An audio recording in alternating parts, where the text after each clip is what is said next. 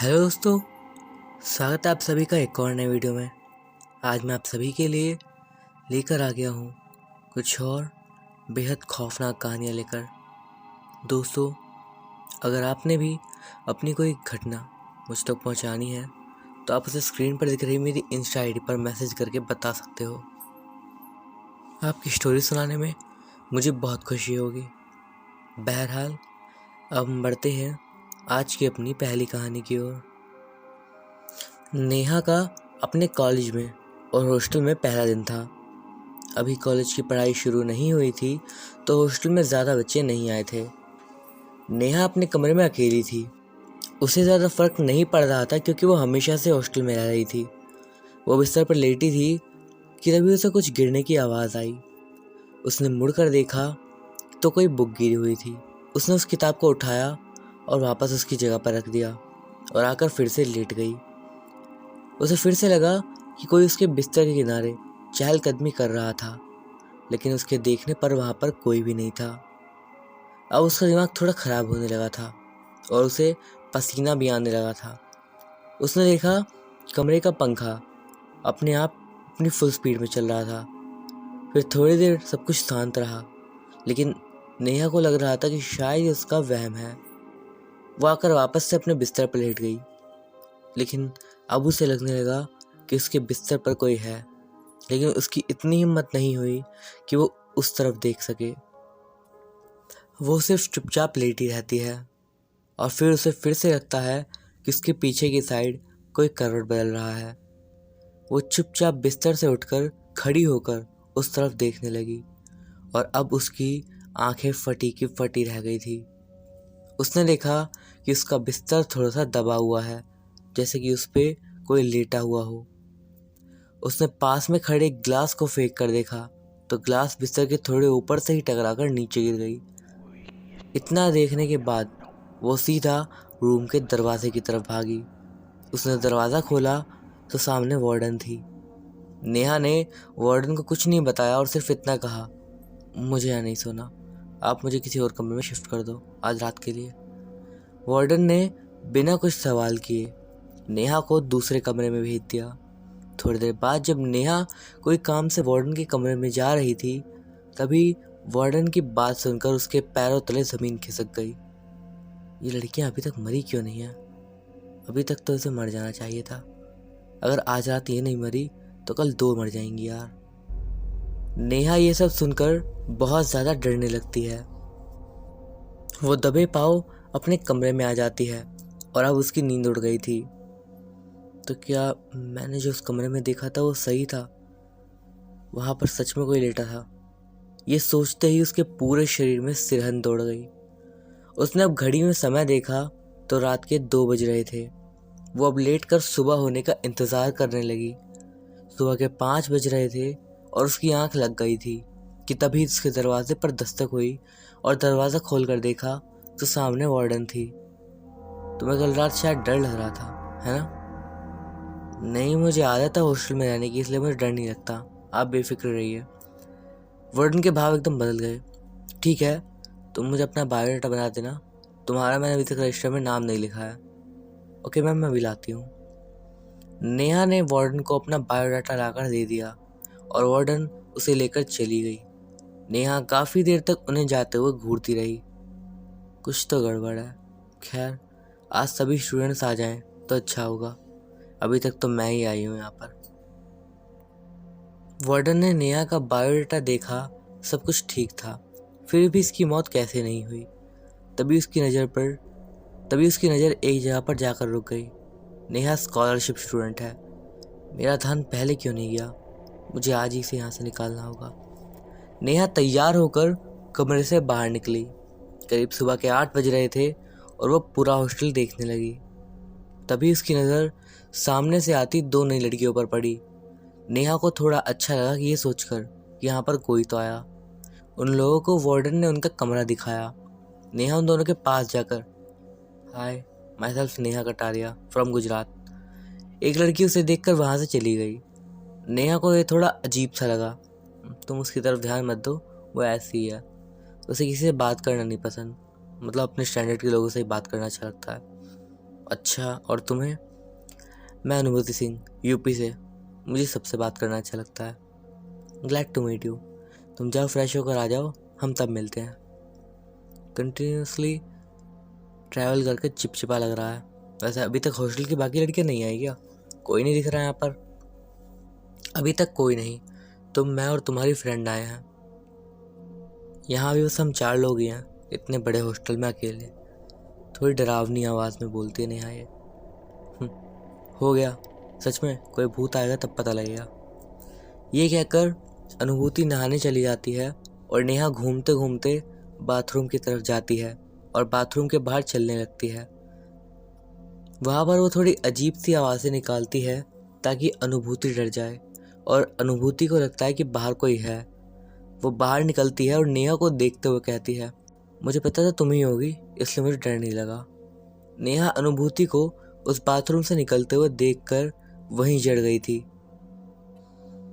वो वहीं पर एकदम खड़ी हो गई थी। क्या हुआ मैम, मुझे डराने आई थी, खुद डर गई क्या? ऐसा कहकर अनुभूति हंसने लगती है। नहीं, ऐसा नहीं है, तुम कपड़े बदल कर आ जाओ, मैं इंतज़ार करती हूँ तुम्हारा। अनुभूति चली गई। नेहा जिस बाथरूम के सामने खड़ी थी, उसको खोलकर उसने देखा तो वहाँ पर कोई भी नहीं था। लेकिन एक बात पर उसकी नज़र गई कि वहाँ अभी भी पानी गिरा हुआ था, जैसे कोई अभी यहाँ से नहा कर निकला हो। नेहा को ये बात अजीब लगी तो दरवाज़ा बंद करके वहाँ से फील्ड में चली गई। थोड़ी देर में अनुभूति वहाँ आई। दोनों शाम तक वहीं घूमे और फिर दोनों ने बात कर दी। बात करते करते उन दोनों की आंख लग गई। अनुभूति की आंखें खुली तो देखा उसने कि कोई उसके कमरे के बाहर है। उसे लगा कि शायद उसकी फ्रेंड निका है। उसने दरवाज़ा खोलकर देखा तो बाहर कोई नहीं था। उसे अब थोड़ा डर लगने लगा तो दरवाज़ा बंद करके वापस आकर बेड पर लेट गई। अब उसने देखा कि उसकी कुर्सी हिल रही है, जैसे उसके ऊपर कोई बैठा हुआ हो। ये देखकर वो बहुत डर गई। उसने पास सोई हुई नेहा को जगाया। नेहा जागने के बाद समझ गई कि शायद अनुभूति भी वही महसूस कर रही है जो नेहा ने पिछली रात करा था। नेहा ने उसे चुप रहने को कहा। वो दोनों कमरे से बाहर निकल गए। तुम्हारी फ्रेंड निका कहाँ है? उसको अकेले सोने की आदत है तो वो अलग कमरे में है, शायद room number 205। Neha room number सुनकर टेंशन में आ गई। उसके माथे पर पसीना आने लगा क्योंकि ये कमरा वही था जहाँ पे कल नेहा रुकी थी। दोनों ही उस कमरे की तरफ गए और कमरे के अंदर आ गए। कमरे में पूरा अंधेरा था और लाइट्स ऑफ थी। नेहा ने हिम्मत करके लाइट ऑन करी और वहाँ का नज़ारा देखकर अनुभूति चीखने लगी। नेहा ने बेड पर देखा कि निका के शरीर के छोटे छोटे टुकड़े वहाँ पर पड़े हुए थे। तभी ऊपर से नेहा के सामने कुछ मांस गिरा। ये एक मांस का टुकड़ा था। नेहा की डर से आवाज़ ही नहीं निकल पा रही थी। अनुभूति ने देखा और वो उसका हाथ पकड़कर सीधा कमरे से बाहर निकलने लगी। तभी सामने ऊपर की दीवार से खून गिरने लगा और दोनों की डर के मारे चीख निकल गई। हिम्मत करके दोनों बाहर निकल गए। दोनों ने वार्डन के कमरे का दरवाज़ा खटखटाया और दरवाज़ा पहले से ही खुला हुआ था। दोनों जल्दी से अंदर जाते हैं। कमरे की लाइट जल रही थी और वार्डन बेड पर सो रही थी, ब्लैंकेट ओढ़कर। दोनों उसे आवाज़ देते हैं लेकिन वो नहीं उठती। नेहा जाकर तुरंत वार्डन को हिला देती है। उसे कुछ अजीब लगता है तो ब्लैंकेट को हटा देती है और डर के मारे अब उसकी भी चीख निकल जाती है क्योंकि वहाँ पर जो रखा हुआ था वो था वार्डन का कटा हुआ सिर। दोनों को समझते देर नहीं लगती कि वार्डन भी अब मर चुकी है। दोनों वहाँ से भागते हुए बाहर निकलने लगी कि तभी अनुभूति का पैर एक कटे हुए पैर के ऊपर चला गया और वो डर के मारे चिल्लाने लगी। नेहा ने उसका हाथ पकड़ा और दोनों हॉस्टल के बाहर आ गए। उन दोनों की हिम्मत नहीं हो रही थी पीछे मुड़कर देखने की, लेकिन एक बार अनुभूति ने पीछे मुड़कर देखा तो उसके होश उड़ गए। वहाँ सिर्फ खाली ज़मीन थी। हॉस्टल अब पूरी तरीके से गायब हो गया था।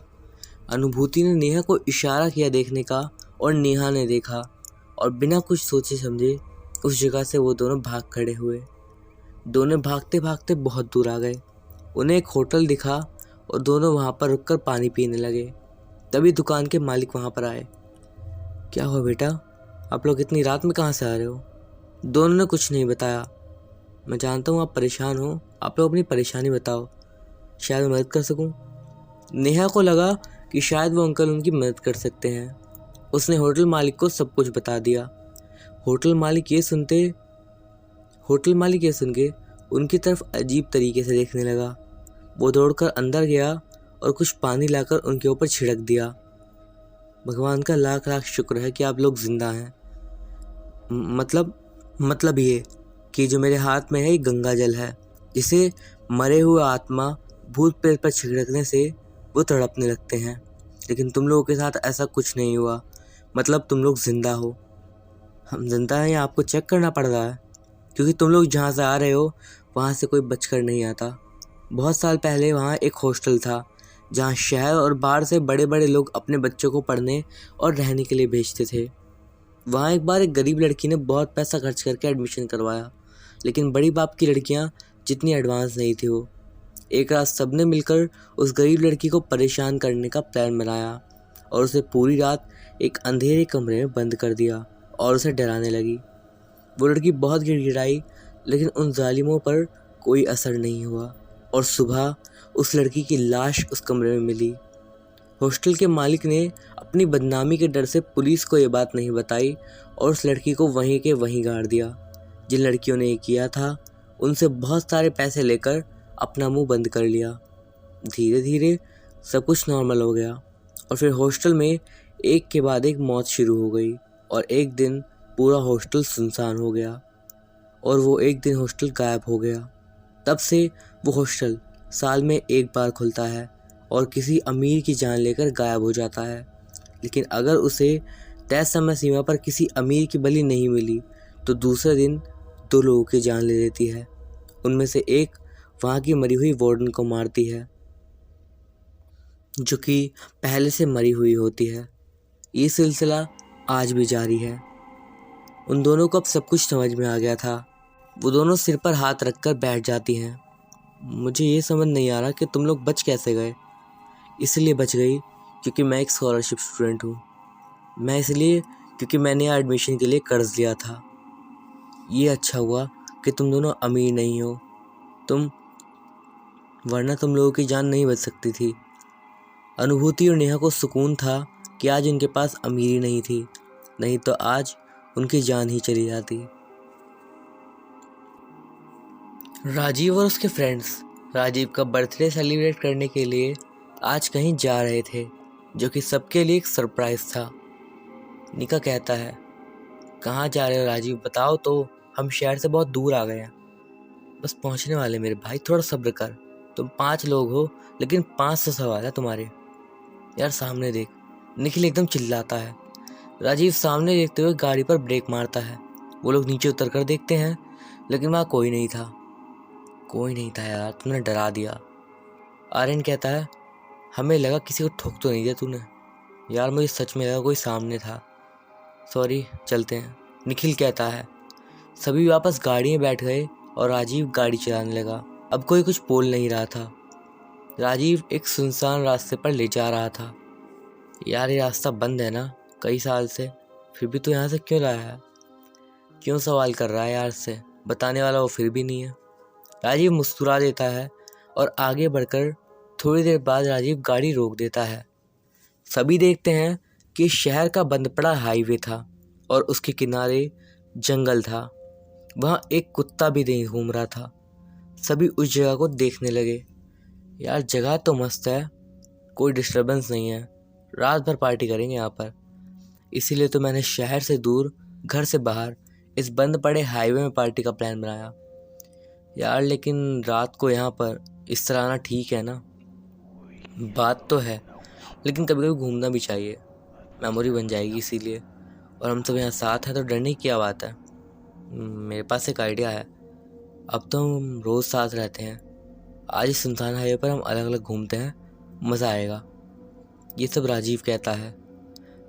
पागल हो गए क्या? इस सुनसान हाईवे पर अकेले घूमना अपनी मौत को न्योता देना है। शुरू हो गई निखिल के साथ तुम्हारी बकवास।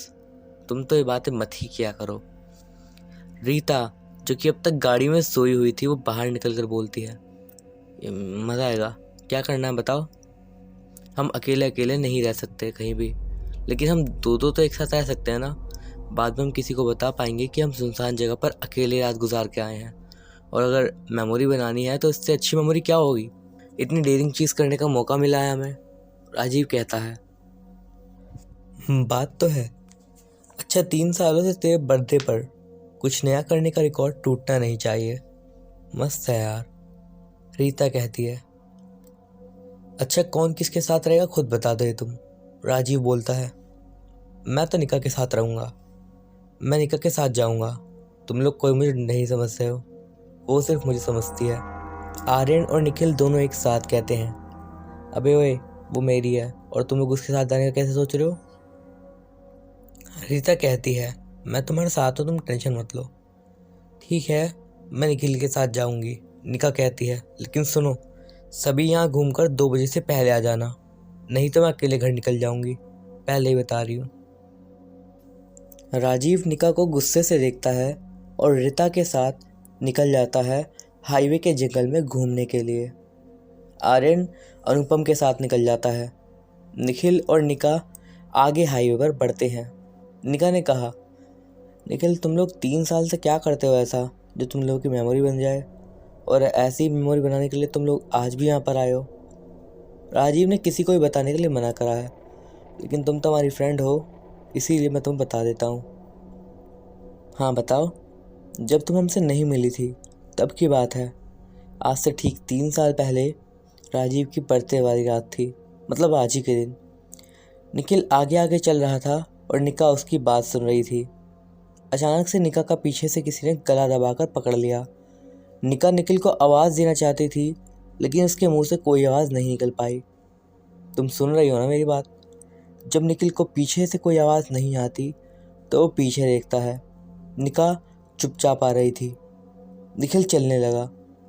डरा दिया यार तुमने, तुम बोलो तो सही तुम सुन रही हो, वरना मुझे लगेगा तुम गायब हो गई। अच्छा आगे सुनो। निखिल चलते चलते पीछे मुड़ते हुए बोला, ये थी हमारी कहानी।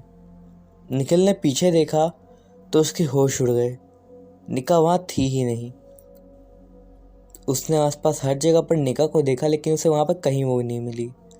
निका देखो, अगर मजाक कर रही हो तो सामने आ जाओ, ये सही समय है और जगह सही नहीं है मजाक करने के लिए।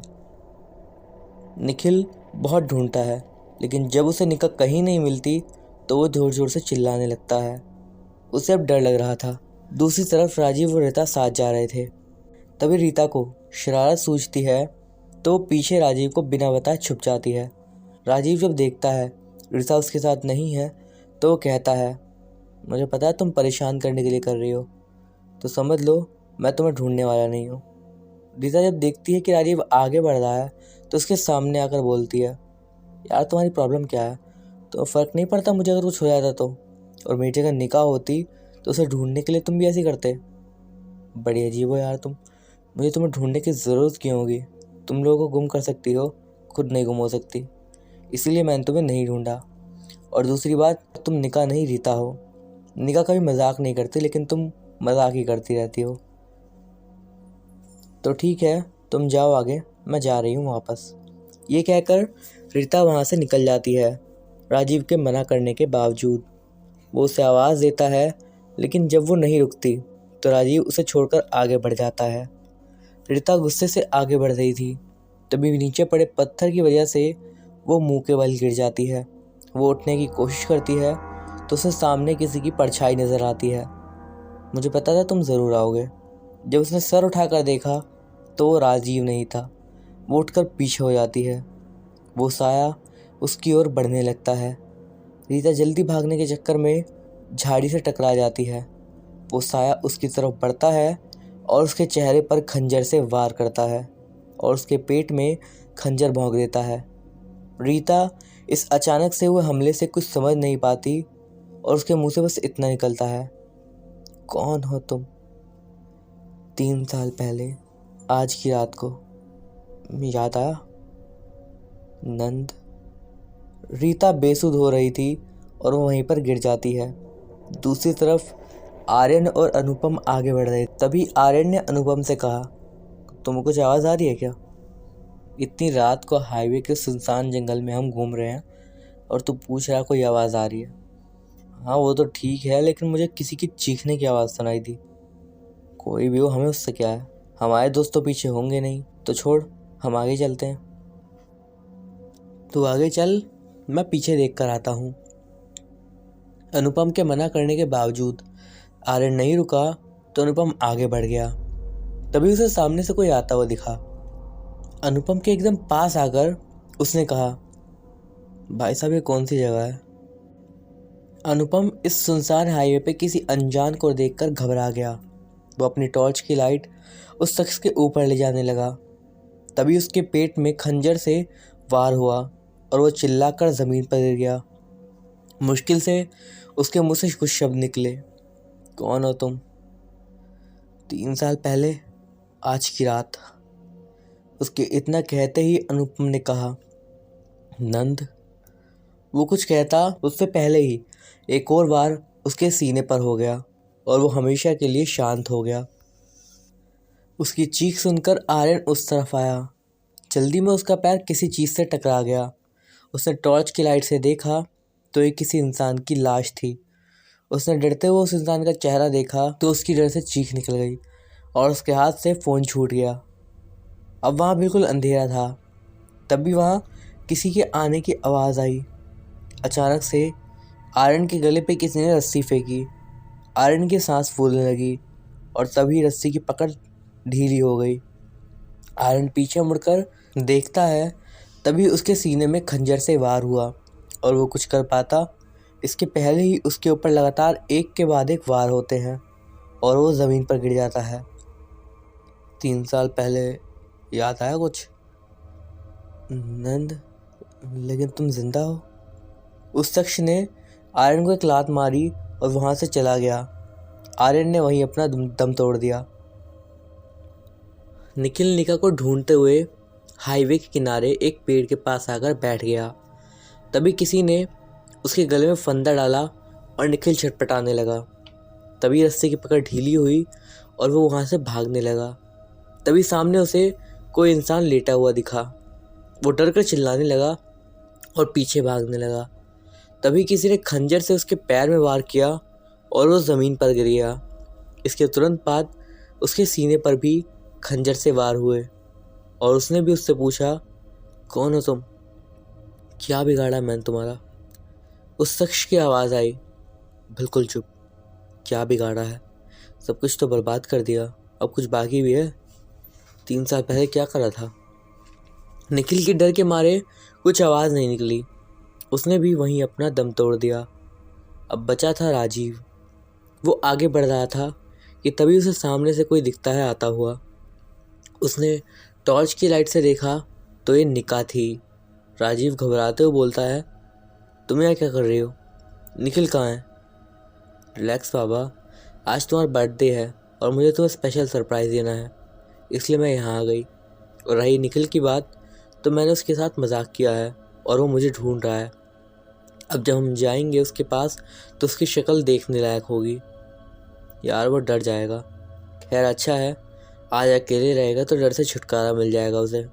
वैसे क्या सरप्राइज़ है? अभी नहीं, चलो मेरे साथ, वहीं देख लेना। निका गाड़ी के अंदर बैठकर शराब पी रही थी और बहुत रो रही थी। फिर अचानक से उसके चेहरे पर एक अजीब सी मुस्कान आ गई और वो सामने पेड़ के सबसे ऊंची डाल पर लटके राजीव को देखते हुए कहती है, कैसा लगा तो मेरा सरप्राइज़? धोखा किया है तुमने मेरे साथ। हम सब ने तुम पर भरोसा किया था और तुमने हमारे ही पीठ पर खंजर भोंक दिया। धोखे की बात कौन कर रहा है? तुम राजीव, जिसने 3 साल पहले एक लड़की को यहाँ लाकर मार डाला, और वो लड़की रिता। सब कुछ पता होने पर भी उसने तुम्हारे गुनाहों पर पर्दा डाल दिया। तुम्हें ये सब कैसे पता? मुझे सब पता है। ये कहकर निका ने राजीव के पैर में बंधी रस्सी को छोड़ दिया और इतनी ऊपर से राजीव गिरने के कारण करा उठा। निका राजीव को घसीटते हुए हाईवे के किनारे ले गई और उसे ऊपर से नीचे धकेल दिया और चिल्लाकर कहा, मैं उसी नन्ही की बहन हूँ निका। अब निका गाड़ी में आकर बैठ गई और गाड़ी को फुल स्पीड में चिल्लाने लगी, तभी उसे लगा सामने हाईवे पर कोई है और उसने गाड़ी में ब्रेक लगाया, लेकिन स्पीड ज़्यादा होने की वजह से गाड़ी सामने बनी खाई में गिर गई। अगली सुबह निका के घर में उसकी माँ को एक कागज़ का टुकड़ा मिला जिसमें निका ने लिखा था, मुझे माफ़ कर देना, नंदिनी के कातिलों को मुझे मारना है, जिसके लिए मैंने शैतान से मदद मांगी थी और शैतान ने मेरी मदद के बदले मुझसे मेरी जान मांगी है। अब मैं अपनी मंजिल के करीब हूँ और शायद मौत के भी। मुझे पता है मुझे शैतान से हाथ नहीं मिलाना चाहिए था और उन हैवानों का कोई इंसान कुछ नहीं बिगाड़ सकता, इसीलिए मुझे ये कदम उठाना पड़ रहा है। मुझे माफ़ कर देना माँ। आपकी बेटी निका। तो दोस्तों, ये थी हमारी आज की कहानियाँ। अगर आपको ये वीडियो अच्छा लगा हो तो उस वीडियो को एक लाइक ज़रूर करिएगा। मैं अभिषेक, मिलता हूँ आपसे अगली वीडियो में। तब तक के लिए बाय।